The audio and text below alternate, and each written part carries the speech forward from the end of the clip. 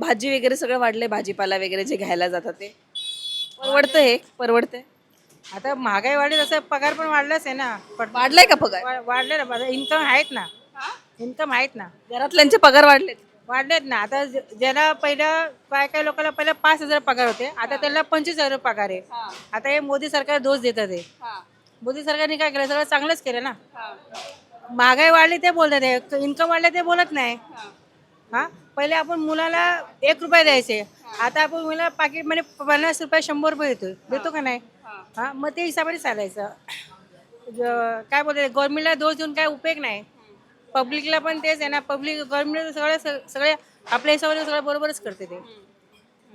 आता आम्ही भाजीपाला पहिले कसं घ्यायचा, 5 रुपये वाटा घ्यायचा, 10 रुपये 3 वाटे घ्यायचे, आता 20 रुपये वाटे घेतो. आणि त्या हिशोबाने आम्ही ते महागाई वाढले, आम्हाला परवडतं म्हणून आम्ही घेतो ना. हा, आमच्याकडे पण इन्कम आहे म्हणून आम्ही घेतो ना 20 रुपये वाटेने. पहिले आम्ही 5 रुपयाने घ्यायचा.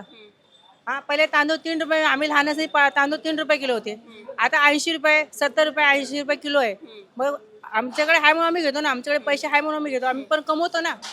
असं नाही का नाही कमवत.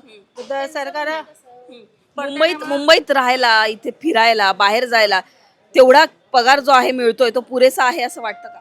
आहेत ना, बरेच लोकांना भरपूर पगार आहेत ना पगार, ते सांगत नाही ना, सांगत नाही. भरपूर पगार भरपूर कमवतात ते. आता तुमच्या घराचं आपण उदाहरण घेऊया. मग युद्धानंतर असं वाटत नाही काही गोष्टी महाग झाल्यात किंवा ऍडजस्ट करावं लागतंय काही बाबतींमध्ये? काय नाही घेऊ शकत. मुलांच्या शाळेच्या फी वाढल्यात, भाजीपाला, तेल, गॅस सिलेंडर वाढलंय. आता बघा, आम्ही पण भाजी आणतो, आम्ही समजा 100 रुपयाने आणतो, त्याच्या आम्हाला 50 रुपये 100 60 70 भेटतो ना आम्हाला एका दिवसामध्ये. समजा आम्ही 2,000चा भाजी आणले तर आम्हाला 500 रुपये भेटतोच आहे ना. मग तुम्ही काय करता? भाजी व्यवसाय करतो. भाजी विकता? अच्छा. माझं तर या सगळ्या व्यवसाय तुम्हाला वाटतं बरोबर काय होत नाही, बरोबर पैसा येतोय, सगळं व्यवस्थित चाललंय? सगळं चाललो बरोबर, व्यवस्थित आहे सगळं. काय नाही, लोक म्हणतात की हे सरकार आल्यानंतर महागाई वाढवली काय आहे, नाही, काय नाही, मोदी सरकारने काय नाही, मोदी सरकारने काय नाही वाढवलं.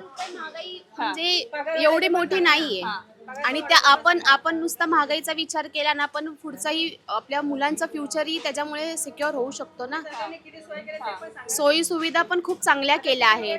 आता गव्हर्नमेंट पण किती मुलांना फीस माफ आहे. आणि इंग्लिश स्कूलमध्ये पण ज्या हे कॉन्व्हेंट स्कूल आहे त्याच्यामध्ये पण मुलांना फीस माफ आहे, कमी दरात आहे, बुक्स वगैरे सगळं काही भेटते. असं नाही की नाही भेटत आहे. थोडं आम्ही ऍडजस्ट करू, ते आम्हाला सांगतं ते सरकार ऍडजस्ट करेल, आम्ही ऍडजस्ट करू, पण आपलं चाललं आहे ठीक. पण पुढे जाऊन अजून या किमती वाढतील, पुढे जाऊन अजून महागाईचा भडका होईल, कमाल वाढेल इन्कम. वाटतात ना, वाटतात ना मॅडम. आता बाकीचे जे काही लोक आहेत ज्यांना नाही परवडत, ज्यांचा जे पगारावर काम नाही करत, काही लोक पगारावर काम नाही करत, दिवसाला त्यांचा पगार असतो, हातावर पोट असतं, त्यांचं कसं? तर आम्ही तर आतरती पोट आहे, आम्ही भाडे राहतोय, पण आम्ही कंप्लेंट करत नाही. आपला हा जगन्नाथ, कमवा आणि खावा, कशाला सरकारला दोष द्यायचा? हा, कमवा आणि खावा ना. तुम्ही घरामध्ये बसून तुम्हाला पगार काय सगळं आणून देणार काय? आणि ते आता काय बोलतात ते म्युन्सिपाल्टीमध्ये कामाला, त्याला काय पगार कमी आहेत काय? 50-50 60-60 1 लाख रुपये पगार ते दाखवतात का ते लोक? आम्हाला एवढा पगार, एवढा ओव्हर टाइम घेतात ते, सुट्टीचे पैसे घेतात ते, बोनस घेतात ते, त्यांना 1-1 2-2 लाख रुपये बोनस भेटते, सांगतात का आम्हाला? आम्ही लोक सफर करतोय, आम्हाला कंप्लेंट नाही ना. आम्ही आमचा जगन्नाथ, आम्ही रात्री वाशीला जातो. बघा आता रात्री 1 वाजता वाशीला गेला, अजून आम्ही धंदा करतो. हे बघा वडापाव खाऊन दिवस काढतो, आम्ही कंप्लेंट देत नाही ना. हा, सरकार कोणाला वाईट करत नाही, सगळं चांगलंच करतं ते. पण सरकारला दोष द्यायला सगळं माणसं उभं राहतात. मोदी सरकारने असं केलं, मोदी सरकार तसं केलं. काय केलं मोदी सरकारने तुम्हाला? एवढं चालायला झालं सगळं, बघा किती लिफ्ट बनवून ठेवलं, किती हे बनवून ठेवलं, किती ब्रिज बनवले, अजून काय पाहिजे तुम्हाला? हाँ, गैस सिलेंडर पहले 450 मिलने का, अभी 1,000 रुपये मिलता है. तभी तुमको पगार 10,000 था, अभी तुमको 50,000 है. वो भी बताओ ना तुम, वो क्यों नहीं बताते? वो भी बताने का ना. हाँ, और तुम 15-15 बच्चा पैदा करके हम लोग के लिए पैदा करेगा, गवर्नमेंट के लिए पैदा करेगा तुम? हाँ, जो अपने हिसाब से पैदा करो, अपने हिसाब से खर्च करो ना. हम तो नहीं कंप्लेंट करते किसी को जाके. आता मोदींनी म्हटलंय सोनं खरेदी करू नका. करा ना खरेदी, काय करणार सोनं खरेदी करून? सोनं घालणं, सोनं खरेदी करणं जरुरी आहे काय? ते याचं पण डुप्लिकेट भेटत ते घाला ना. आणि सोनं खरेदी करून कधी गेले आणि एखादी लुटले तर मग काय करणार? एखादी मारून टाकलं काय करणार? चालतं त्याला हात धरून ओढले तर काय करणार? बघत नाही बाईकवरती सोनं घालून त्या बाईकमध्ये असं ओढून घेऊन जातात.